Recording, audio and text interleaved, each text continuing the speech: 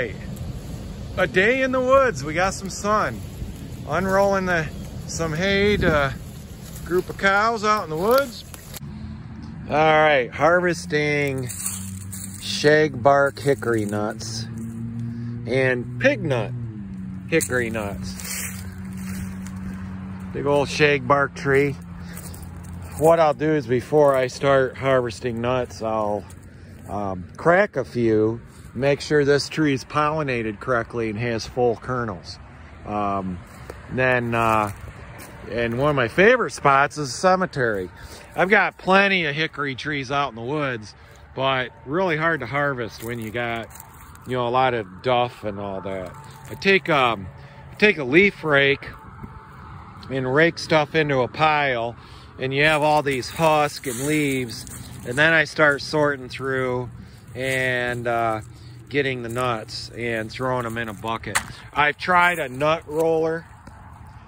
I've tried using a nut wizard, you know, on them, but problem is when they work awesome on black walnuts. They don't work that good on hickory nuts and acorns.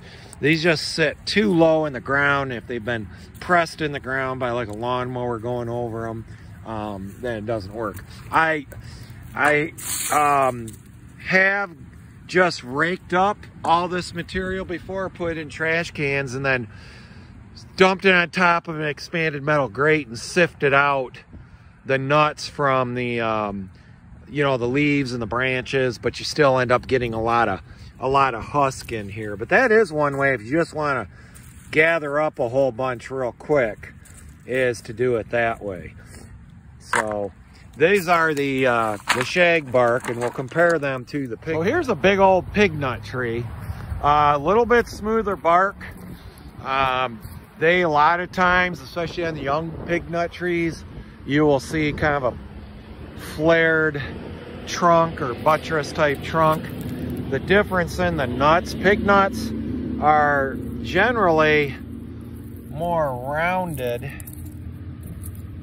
This one on the right, more kind of round, where these shagbarks are more, have like angular shell septums, more kind of an ovate look.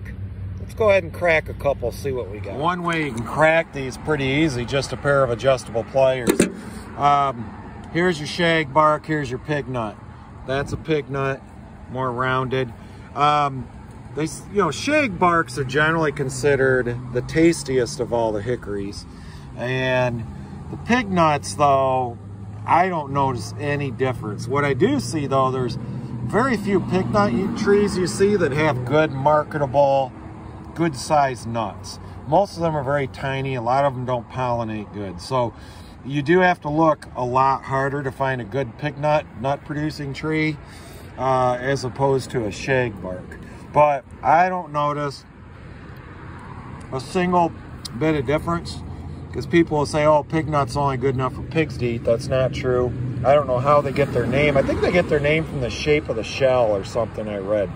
There's another, in southeast Michigan, there's another somewhat more infrequent hickory called the bitternut hickory.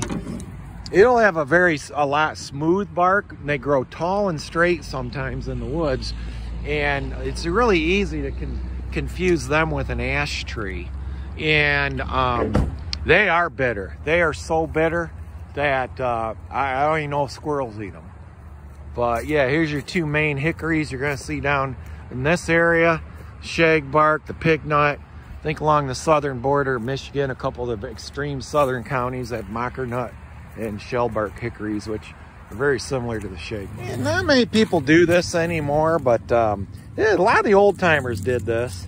I hung around a lot of old people when I was younger, hunting and fishing, and one thing we do is go collect hickory nuts, and then you crack them all winter long. And there's not a better tasting nut. They have a lot of fat in them, a lot of oil, gives them that buttery taste. And basically, the domestic cultivated version of the hickory is the pecan.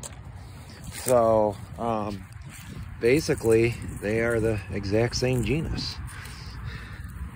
The bright colored ones are generally, when they're nice and white, you know they're good. They're pretty much good. They get duller colored, it's questionable. And I'm not really so sure on how good the float test works, because some of these are infected with a weevil that will come out later. And as one guy, Ryan Kuzdak or whatever, he has a YouTube channel. He talked about how that weevil comes out, and I think that affects the kernel and messes up the float test. You might have a infected kernel, but you still got a lot of kernel in there and it'll float. So I really don't bother doing the float test on them. I found it wasn't reliable for me on hickory nuts. Okay, this is almost a quarter of a bushel. First day harvesting, October 28th. You still got, depending on whether we get snow, a good couple months of harvesting yet. So what I'll do next time, I'm just getting started. I wasn't really prepared. I'll bring back like a fine pitchfork, rake these up in piles. You can sift out a lot of the duff, really increase your ability, your speed to harvest. But right now I'm doing is just crawling around on my hands and knees, the easiest thing to do.